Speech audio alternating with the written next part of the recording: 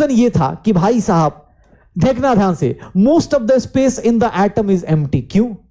Conclusion क्या निकाला Rutherford ने बोला भाई इसका मतलब यही है, अगर बिना किसी डेविएशन के पास कर रहे हो, बिना किसी डेविएशन के पास कर रहे हो, मैं एक पॉजिटिव चार्ज लेके गया और वो बिना किसी डेविएशन के पास कर गया, तो इसका मतलब क्या था कि sir most of the space in atom is what? Empty.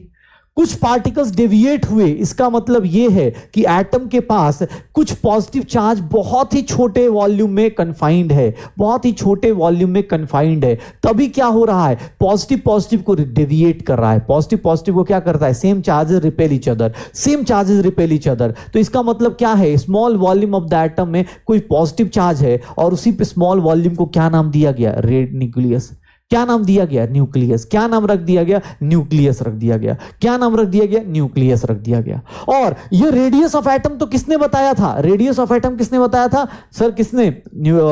Thompson ने। यहां पर किसने बताया? Radius of nucleus. क्या बताया सर? रदरफोर्ड ने रेडियस ऑफ न्यूक्लियस बताया। रदरफोर्ड ने बोला कि न्यूक्लियस का जो रेडियस होता है बहुत ही कम, 10 की पावर -15। ये सोचो एटम का कितना है? 10 की पावर -10। रेडियस ऑफ न्यूक्लियस कितना है? बहुत छोटा है।